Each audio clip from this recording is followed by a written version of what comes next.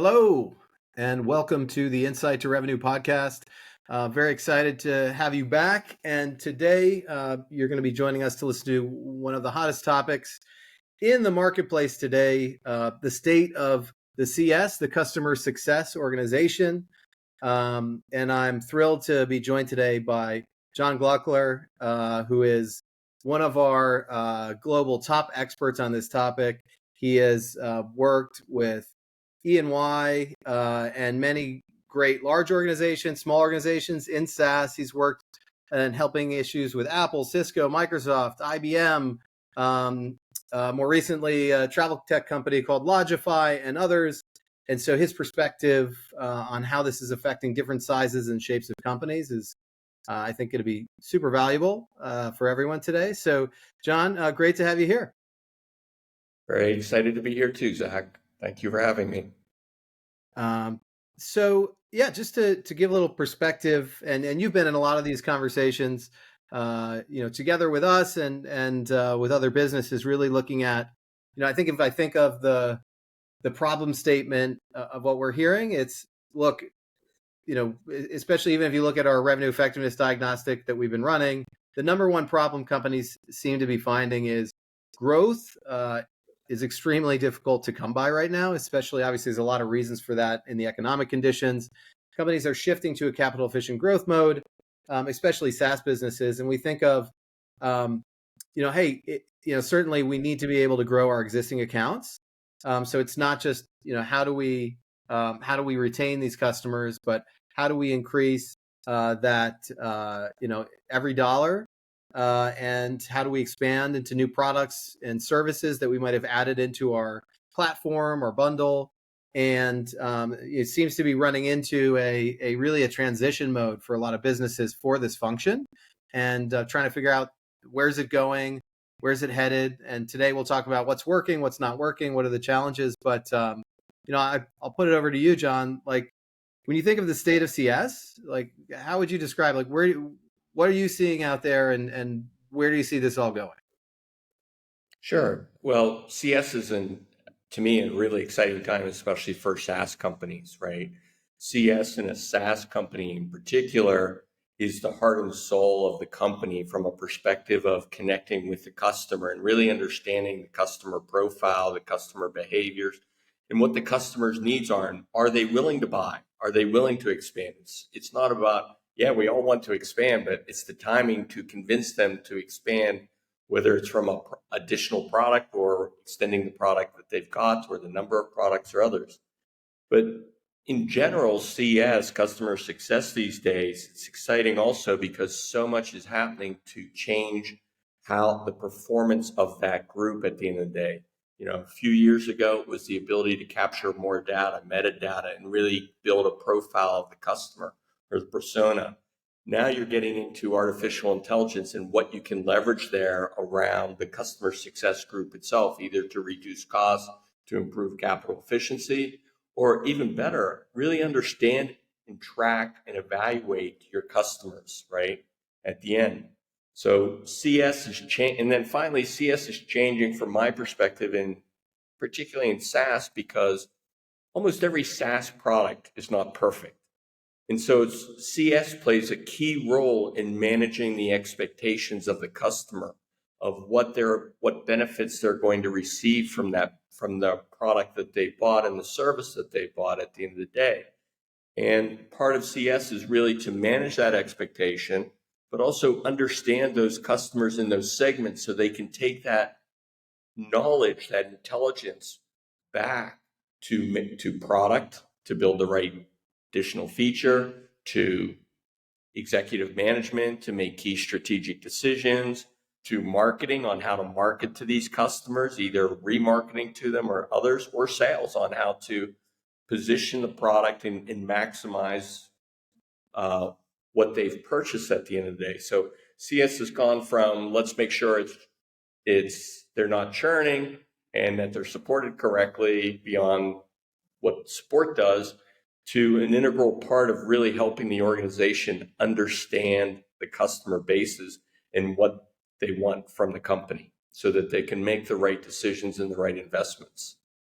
Yeah, and I really like how you frame that. Obviously, there's a lot of different things that are part of how you best understand the customer, how you best serve and get impact from them, how you best thinking about all the different use cases that they should be experiencing with you, and then how are you managing expectations. I think if you look at let's take one of the most challenging questions, which is, I think over time a lot of organizations start out with CS as a grab bag of things, right? It's kind of some customer service, some customer success, it's problem solving for customers. They're sort of product experts, or they're just really friendly people that you bring in. And it's their starting point in the organization. So, starting at high level strategy, how do you look right now at, like, do we need account management? Do we need CS? Like, what goes into this function? And then ultimately, how do we figure out how we best serve our customers, or even our different segments? Like, where do you start when you're setting strategy and kind of defining the boundaries of CS? Well, I think in any strategy, even outside of customer success, when I was in manufacturing and engineering, it all comes down to really understanding the customer. Who is the customer? What are their segments? What are they buying? Why are they buying? What value do they see? So it's around profiling the customer, and then also, but in today's world, what's really changed is you can now track customer behavior, especially with SaaS products, where you can see so many different aspects of what they're doing. How often do they engage with my product?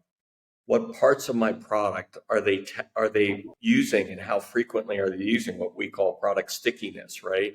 What value are they getting from it? You can analyze this now and set up structures to where you can actually build these personas and really segment your customers much better. And that helps you lead to great decisions. I'll give you an example. In working at Dell, right? Michael Dell and that company basically would have different quality levels of both the components that they were building in computers and the quality programs based upon whether the customer is willing to buy it or not. That's where you start. Is the customer valuing customer success? If they aren't, Yeah. then don't have it. If they are, and you can rate that different ways. It's not just, you know, churn. That's a very key part is customer success, reducing churn, but it's also expansion. But it's also, again, I come back, it's that ability for customer success, or who in your organization has that complete understanding of your customer base, right? That Yep. understands their journey, their value that they see in the company. That's just so critical, and it's so undervalued because you can't quantify that aspect of customer success. And so when you think about the question of, automation these days, and it's interesting when you talk about, like, where will someone value CS? Where will someone value a human being in this process? Like, given where you talked about data, right? So we're thinking about, like, what kind of data should people think about gathering? How do they gather that data? So if we start to look at technology, both from both of those perspectives, like, I guess first question is, based on where AI is right now and the ability to automate, like, how much do you think in the year 2024 companies should be pushing towards automation for some or all of their long tail or lower end customers per se? And then talk a little bit more about maybe what technologies you recommend when it comes to gathering data on the customer and branching out that tech stack. So two big different issues, but I'll let you kind of field those as you'd like. Yeah, let me take it from the beginning. In all my work with companies from IBM and many others, right? You can create the greatest strategy in the world, but if your people aren't ready to execute it because they don't have the capability or the data or the tools, then, not going to happen. One of the challenges with AI is you first have to get the data so that you can use AI effectively, whether it's in machine learning or actually generative AI. You need data. The beauty of SaaS is you can build the data, right? But you've got to integrate that into your application so you see when they're logging in, how often they're logging in, where they're going, what they're doing. So you can actually get down to the keystrokes. Like at one company I was working with, we could track people's keystrokes, right? Pretty scary to some extent.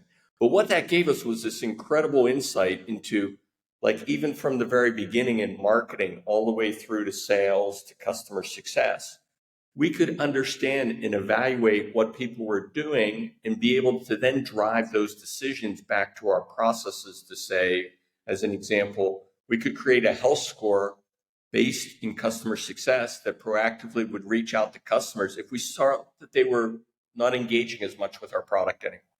Mm-hmm. Right? Versus, oh my gosh, this person hasn't logged in for five months. Oh, they churned. That's a problem.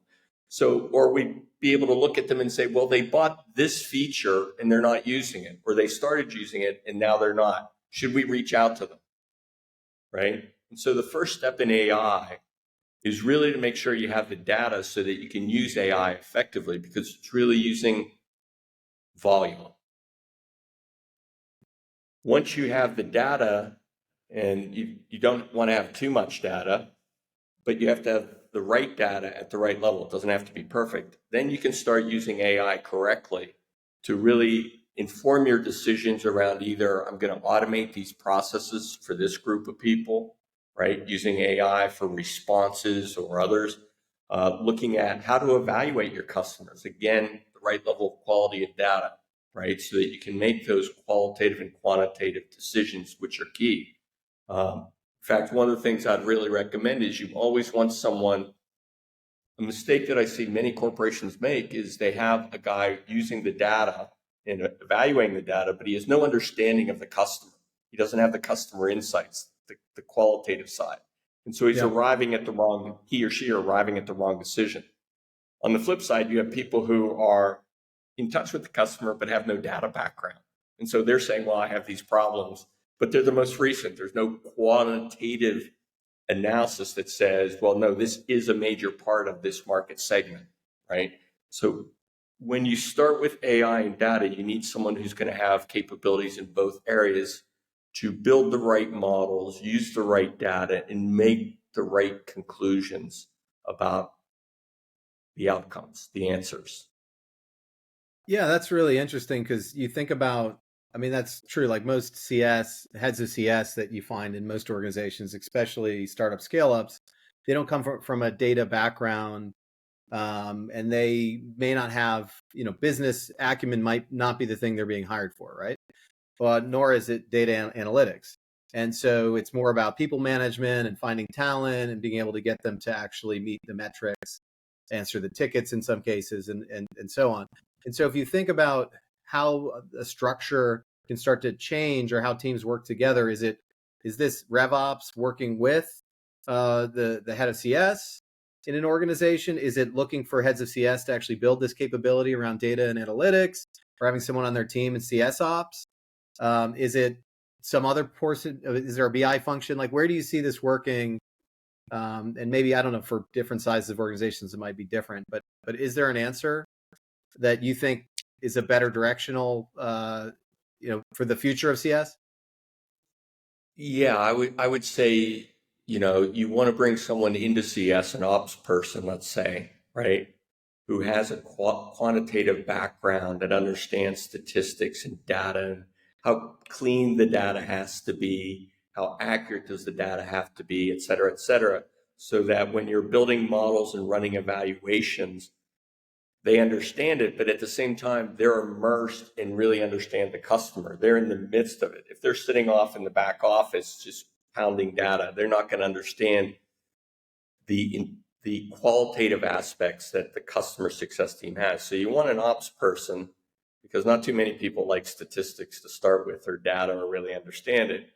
But on the flip side, you want that person to understand just who the customer is and be involved with that customer to really then apply the insights that are gained by the team into the data to arrive at the right conclusion.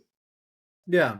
So I think you talked through the main stage of this, but it sounds to me like what you're really describing is a transformation of the function and even the capability set, and even the tech stack and the data that you need. And obviously, different companies are pacing differently at this, but that could feel pretty daunting. So for folks watching today, whether they're founders, CEOs, heads of CS, like what's kind of a clear way of thinking about the steps you would take to get to sort of set your strategy and then set yourself up with a plan for the steps you'd want to take to get to execution.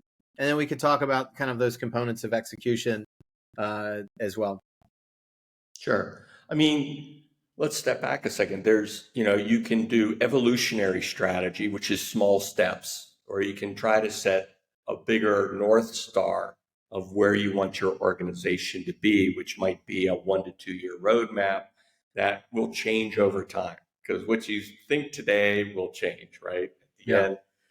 The key to start with is really, number one, understanding from a customer perspective, you know, who your customers are and how you segment them and how you need to then treat them differently. Do they value different SLAs? Do they value different, do they have different capabilities, et cetera, et cetera. So number one, always base your strategy on your customer and what they value in the company at the end of the day, but also what the company values on those market segments. Your big ones you never want to lose. You're going to give them a higher level of service no matter what, because they pay the bills and you might make your money on the smaller players at the end of the day with less service.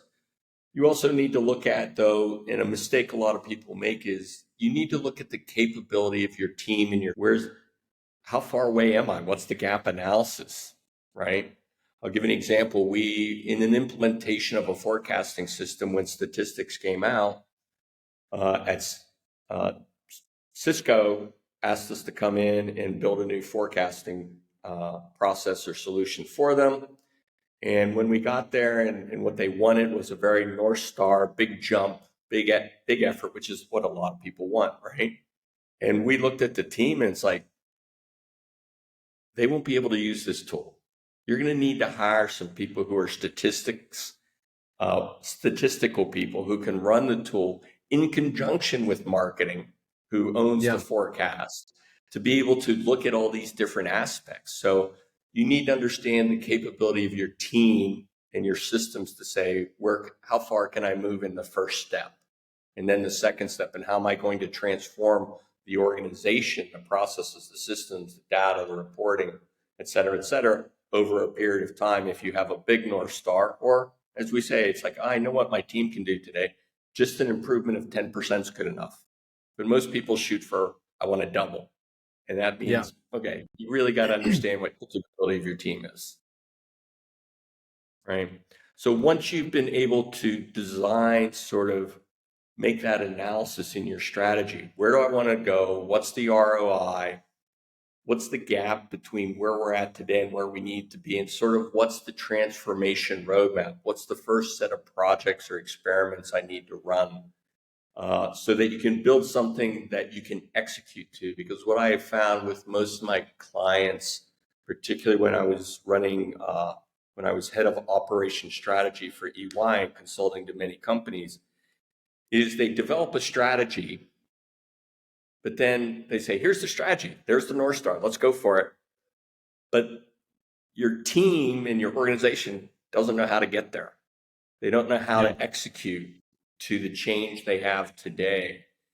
And so the next step is you always have to, once you've set the strategy, if it's a North Star versus just a small evolution, a small step, is you've got to really design the operating model, right? What's the new processes that we're going to run? What's the new tools that my team needs? What's the new systems that my team needs? Is there a different organizational profile, whether it's an org structure or the capabilities of my people themselves? Do I have training programs that need to be done at the end of the day? Do I have a new KPIs that I need to measure? Do I have new comp plans? And then you don't design it, and then just build it. What you need to do is say, okay, what's the first few experiments I need to run to prove that these new changes I'm making work and provide the ROI back, right? So you don't do a big bang. You develop some experiments to run that says, yeah, this can work. The teams at this level, they can do this. And particularly with customer success, for an example, when I took over designed it in one company, we wanted to teach customer success, not just to solve the customer's problem, but really inquire more, be an advisor to that customer, to be a true consultant, to offer them advice beyond the product, or understand how they were using the product or how they were running their business, so we could have better intelligence about how we need to message our product to those businesses, how we need to sell to those businesses. So we had to train people how to be more advisors and build those trusts than just say, well, I solved your problems. Let me move on to the next one. Yeah. It makes a ton of sense. Obviously, I think what you're saying is, number one, you got to be realistic. And so, and you've got to get the people on board, right? And you've got to work with what you have. And then you need to think of this incrementally, because there's not many organizations that have an opportunity to just rip something out and rebuild that without affecting greatly their customer base. And so, I guess one of the key things that we think is, we see as a challenge here is that, unfortunately, in a lot of organizations, what they've had to do is cut the size of their teams, right? And so you have a lot of CS folks that have a bigger pool of accounts right now. And then they're also now being asked to own metrics that they hadn't owned before. Not just, sometimes they didn't own retention at all, or in some way, and now they do, right? It was just, how many customers should I onboard at what time? And now, going beyond that, I think when we talk where we started around, like, should CSMs be doing expansion? I know there's companies thinking like, hey, we should fly in our salespeople back into the process, which really, we've seen that can turn into a real mess. So I think as you think about that in itself, like, given a state of where a lot of companies are, which is now we got to do more with less, but at the same time, we then have to like add these new capabilities in. I mean, anything, any thoughts on that particular challenge right now? Like, and you talked about a bigger picture strategy, but where do you start executing? And, how do you even think of like, how many accounts should we cover for who, right? Yeah, well, again, I mean, I guess the very first start that, like I always do, is say, okay, let's segment our customers to the value of the company, number one, because we want to, make sure that we're not willing to risk the big players necessarily, or the high profitable players, or whatever. So you need to segment and set different, one of the things when people design uh, solutions is they forget to design the policies. So they design a process, or they design this tool that the team does, but you need to design the policies too, so that people know how to prioritize their day and how to make sure that they're effectively handling those customers correctly, right? And then even during that time, you need to have oversight of training and advising as you try to drive change. And we used to call it change management. But getting back, one of the challenges I always say is going back to, okay, first of all, take it from your customer. Second of all, realize what the capability of your team is and realistically set targets and prioritize for them so that they can feel successful. Because you can load them down and say, well, we have to do this. But if they're not feeling success after a certain point of time, they're going to die, right? And so you have to make sure that you've prioritized the right way, you've got focus, and you're willing to let some things burn, maybe like a certain customer segment, you'll lower the SLA standard for them, right? Versus others you will raise. You have to make those adjustments, and you have to also, convince them or provide with them the prioritization so that they can feel successful in what they're doing. Otherwise, if you just throw it in the mix, yeah, your chances of success, I think, most projects that I read somewhere many years ago, it's like are 25% successful. And the reason being is you really haven't gone down into the detail to really train or direct the people about how they should execute and make sure that they're successful in that execution. Yeah. And in the last couple minutes we have here, I guess you've seen a lot of things that work, you've seen a lot of things that don't work. And so if there are some things that you could point out today that you're seeing and you could say, don't do that. Are there things that jump out to you that you're like, hey, I've been there, I've learned it myself for the hard way, or I've seen others, like these are the takeaways you could have from this podcast about, like, don't make these same mistakes? Yeah, I would say that, I think we've covered a lot of things that don't do that. But, in what I'll term in CS, as you're trying to transform your CS or make improvements in it at the end of the day, I think the thing you have to be is very tenacious in really making sure that you've got a process or a way that they're going to work that you can, number one, that they can understand and execute to, and number two, you can monitor, right? Because you can tell them that way, and if you can't monitor it with reports and they're not seeing it, they're not going to do it. And you're not going to know if it works. And so that's why I say many times, you don't say, well, we're going to go build this process and go do it.